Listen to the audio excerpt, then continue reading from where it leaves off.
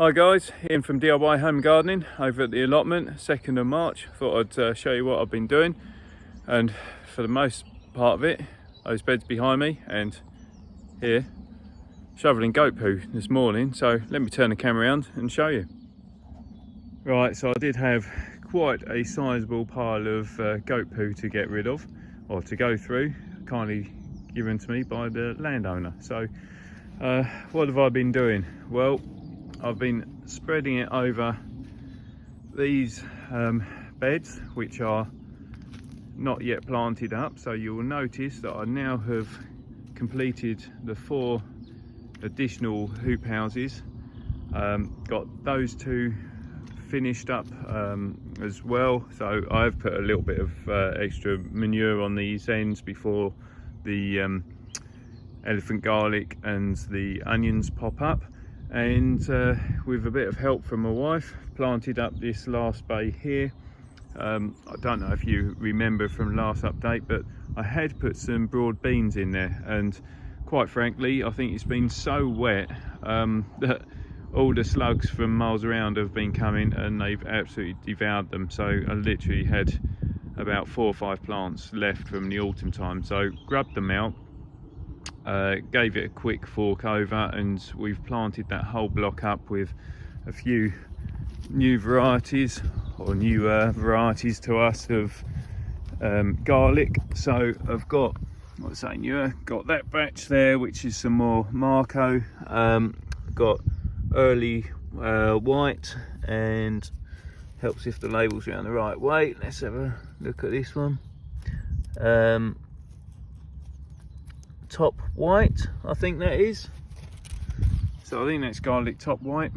So we've got 3 rows of those, singular row, and then a big block of Marco. So they're doing all right.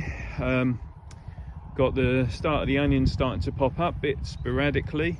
Got that is our few different troll garlics. So they're all different ones that I'd bought and trying them out. And then under this section that's been mulched, that should be where the elephant garlic is growing, and you can see there's a few shoots there that are slowly coming up, and goat manure, if you want to call it, it's not actually too bad.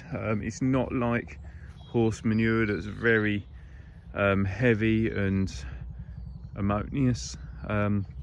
It's, you know, as you can imagine, goats really don't poo massive pieces, so a lot of it essentially is hay or straw that they're bedded out in with a few drops and essentially a bit of wee. And then leading on from that, I've now finished this long bed, which I've decided that this bed here is where I'm going to grow my cut flowers for the season.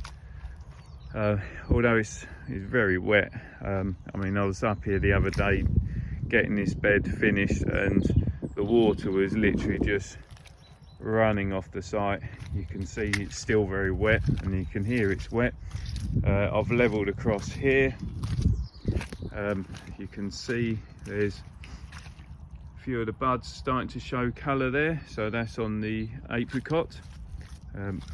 Variety is Helen de Rousselon. So yeah, that was the one that I brought over from the back garden at home. Got the mulberry, or the mojo berry, so you can see that's just popping or starting to fatten up its buds, ready to leaf.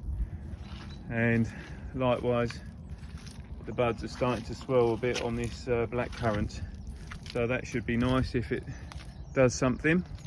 And then what I'm planning is essentially, you'll come across here roughly, is to do one big bed, I think, which will be the size of a whole length of scaffold boards.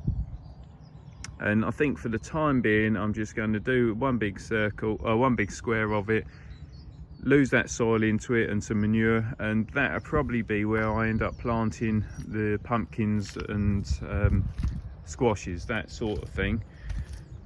You can see the piles of couch grass that have been coming out. Compost bins are filling up nicely, so there we are. There's the remains. I mean, they're awful. That's the remains of the broad beans. So most of that compost actually is a bit of plant material and guinea pig waste actually. That's the last of the donkey waste. And then what I'm thinking with these, so these were sections of fencing, much like the stuff that's going around the perimeters. But what I thought I might use that for is to try and create some tunnels somewhere, or an arch or something, and grow some sweet peas over that. So yeah, you have to let me know your thoughts on that one. But for the time being, that's that on my little section. I'll have a quick nip over and show you what else has been going on. So I think I said last time, but my wife gave this rhubarb patch a good old weed and tidy back in January, and you can see it's coming up quite nicely. And what we did is just covered over some sections to try and force it. So let me just get this off. Whoa, look at that. So actually you can see, you know, the stems are much taller, lighter shade of red as well, so they'll be colouring up quite nicely, and they'll be ready to harvest sooner as well. So that's the rhubarb. And then likewise, I had been starting to prune a lot of these fruit trees, well certainly the apples and the pears for the owners. Unfortunately, having spent so long pruning this one, we had the two storms, one after the other, and it has been wet, and you can just see that it's totally gone. So unfortunately that apple tree is no more, but there are plenty that are still standing.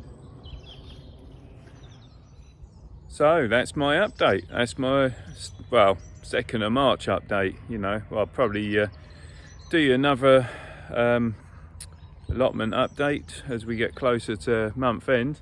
Let me just show you whilst I'm here. So believe it or not, I did have a bit of a tidy, but stuck up that piece of wood at the back there earlier. I'm planning to make myself a little potting bench, but anyway, yeah, update on the allotment for 2nd of March. Any questions, or if you're interested in what I'm doing, just ping me a message, and be good to hear from you. In the meantime, if you do like what I'm doing, please subscribe to the channel. Obviously don't forget to hit that reminder button so you don't miss out on future gardening DIY type videos that I'm doing. And yeah, now well, certainly the weather's improved for a bit. Get out in the garden, enjoy yourself, and I'll see you soon. Bye for now.